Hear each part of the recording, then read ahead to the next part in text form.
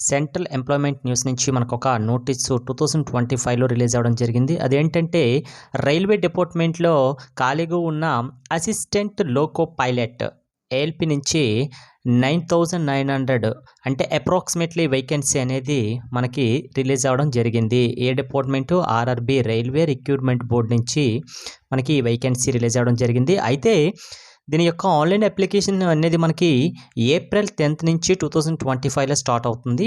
అలాగే మనకి closing online అనేది 9th మే 2025 క్లోజ్ అవ్వడం జరుగుతుంది. అయితే దీని యొక్క డీటెయిల్డ్ ఇన్ఫర్మేషన్ మరికొద్ది రోజుల్లో రిలీజ్ అవ్వడం జరుగుతుంది. ఓకే, అప్రాక్సిమేట్లీగా చూడండి 9,900 అనేది రిలీజ్ అవుతున్నాయి. ఓకే, అయితే ఆల్రెడీ మనకి నోటిఫికేషన్లో రిలీజ్ చేశారు. సెంట్రల్ ఎంప్లాయ్మెంట్ న్యూస్లో మనకి శాలరీ విషయానికి వస్తే బేసిక్ పే 19,900 రూపీస్ కింద ఉంటుంది. ఇది 7th పే కమిషను.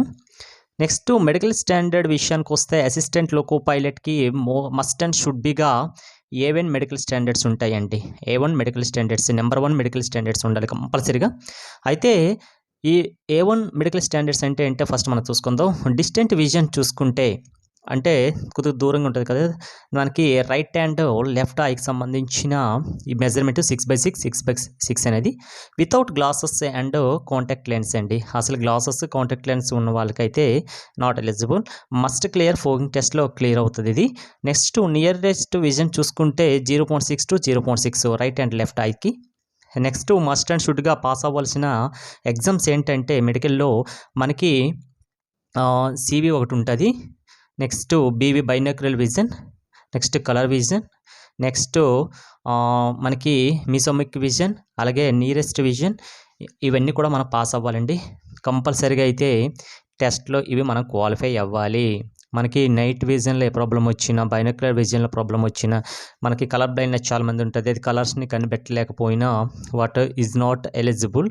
బట్ వాళ్ళు ఏంటంటే అందులో ఫెయిల్ అయిపోతారు. కంపల్సరీగా ఇవన్నీ కూడా మీరు చెక్ చేసేసుకోండి ఇప్పుడైనా టైం ఉంది కాబట్టి. నెక్స్ట్ ఏజ్ విషయానికి వస్తే 18 to 30 years అండి. అయితే ప్రీవియస్గా మనకి రిలీజ్ అయిన 2024లో అసిస్టెంట్ లోకో పైలట్ విషయానికి వస్తే మనకి ప్లస్ 3 years అనేది ఎక్స్టెన్షన్ చేశారండి. కానీ ఈ ఇయర్ నుంచి మాత్రం తీసేశారండి ఇది. ఓకే, నార్మల్గా అయితే అండర్ రిజర్వ్డ్కి 18 to 30 years ఇచ్చారు. నెక్స్ట్ ఓబీసీ క్యాండిడేట్లకి అయితే నార్మల్గానే సెంటర్లో మనకి 3 years ఎక్స్టెన్షన్ ఉంది కదా, 18 to 33 years వరకు ఓబీసీ క్యాండిడేట్స్ అప్లై చేసేసుకోవచ్చు.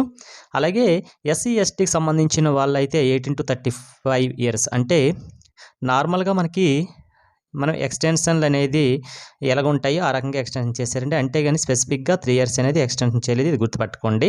నెక్స్ట్ ఈ ఏజ్ కూడా చూడండి, మనకి 2025 జూలై 1వ తేదీ కల్లా కంపల్సరీగా ఈ ఏజ్ ఉండాలి అని మెన్షన్ చేసేసాడు ఆల్రెడీ. ఓకే, అయితే మనకి ఆల్రెడీగా రైల్వే డిపార్ట్మెంట్లో అప్రెంటిస్ చేసే పర్సన్స్ ఉంటారు కదా, వాళ్ళకైతే అండర్ రిజర్వ్డ్ క్యాండిడేట్కి 2 years ఎక్స్టెన్షన్ చేశారు.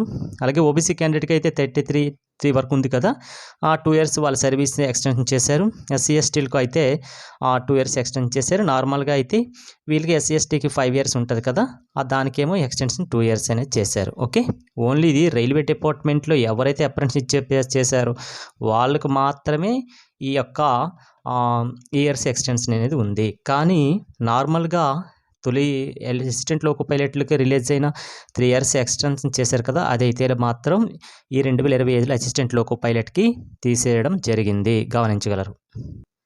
నెక్స్ట్ క్వాలిఫికేషన్ విషయానికి వస్తే మస్ట్ అండ్ షుడ్ బిగా 10th class ఉండాలండి. 10th+ ఐటీఐ ఉన్నవాళ్ళు, అలాగే 10th+ డిప్లొమా ఉన్నవాళ్ళు, నెక్స్ట్ 10th+ బీటెక్ ఉన్నవాళ్ళు. అయితే ఈ ఐటీఐలో నాకు తెలిసినంత వరకు అయితే కొన్ని డిపార్ట్మెంట్లకి ఉంటుంది. ఐటీఐ చేసిన అందరు కూడా మ్యాక్సిమం ఉండదు, కానీ కొన్ని అంటే మ్యాక్సిమం ఇంకా డీటెయిల్గా నోటిఫికేషన్లో మనకి ఇండికేట్ చేయడం జరుగుతుంది. అప్పుడు దీని గురించి చెప్దాం. ఓకే, డిప్లొమాలో కొన్ని బ్రాంచులు, బీటెక్లో కొన్ని బ్రాంచులు, ఐటీఐలో కొన్ని బ్రాంచులు మాత్రమే ఎలిజిబుల్ అవుతారు. ఓకే, ఇంపార్టెంట్ నోట్ అనేది కూడా మనకు సిఈఎన్ సెంట్రలైజ్డ్ ఎంప్లాయ్మెంట్ న్యూస్లో మెన్షన్ చేయడం జరిగింది. దయచేసి ఇది చాలా చాలా ఇంపార్టెంట్ అండి, దీని గురించి తెలుసుకోవాలి. ఫస్ట్ మనకు అక్కడ సెంట్రల్ ఎంప్లాయ్మెంట్ న్యూస్లో నోటీస్లో కింద మనకి ఇన్వాల్వ్ చేసింది ఏంటంటే, మనకి ఆధార్ కార్డు ఎవరైనా ప్రాబ్లంగా ఉంటే వాళ్ళు రీసెంట్ పాస్పోర్ట్ సైజ్ ఫోటోని నెక్స్ట్ బయోమెట్రిక్ని చేసేసుకోండి ఫస్ట్ అని చెప్పాడు. అలాగే మన ఎస్ఎస్సి సర్టిఫికేట్లో ఏ డీటెయిల్స్ ఉన్నాయంటే నేమ్ కానీ, డేట్ ఆఫ్ బర్త్ కానీ, ఎవరెవరైతే మిస్టేక్స్ ఉన్నాయో వాళ్ళందరూ కూడాను అప్డేట్ చేసుకోండి ఇప్పుడే అని చెప్పాడు.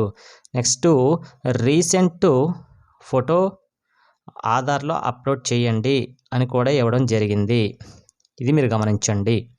ఏమని ఇచ్చాడు, మనకి రీసెంట్గా ఆధార్ కార్డులు ఉంటుంది కదా, ఆధార్ కార్డ్ డీటెయిల్స్, మనకి Aadhaar details plus SSC details రెండు కూడాను ఈక్వల్గా ఉండాలి. అంటే మన యొక్క ఆధార్లో ఫుల్ నేమ్ ఉండాలి.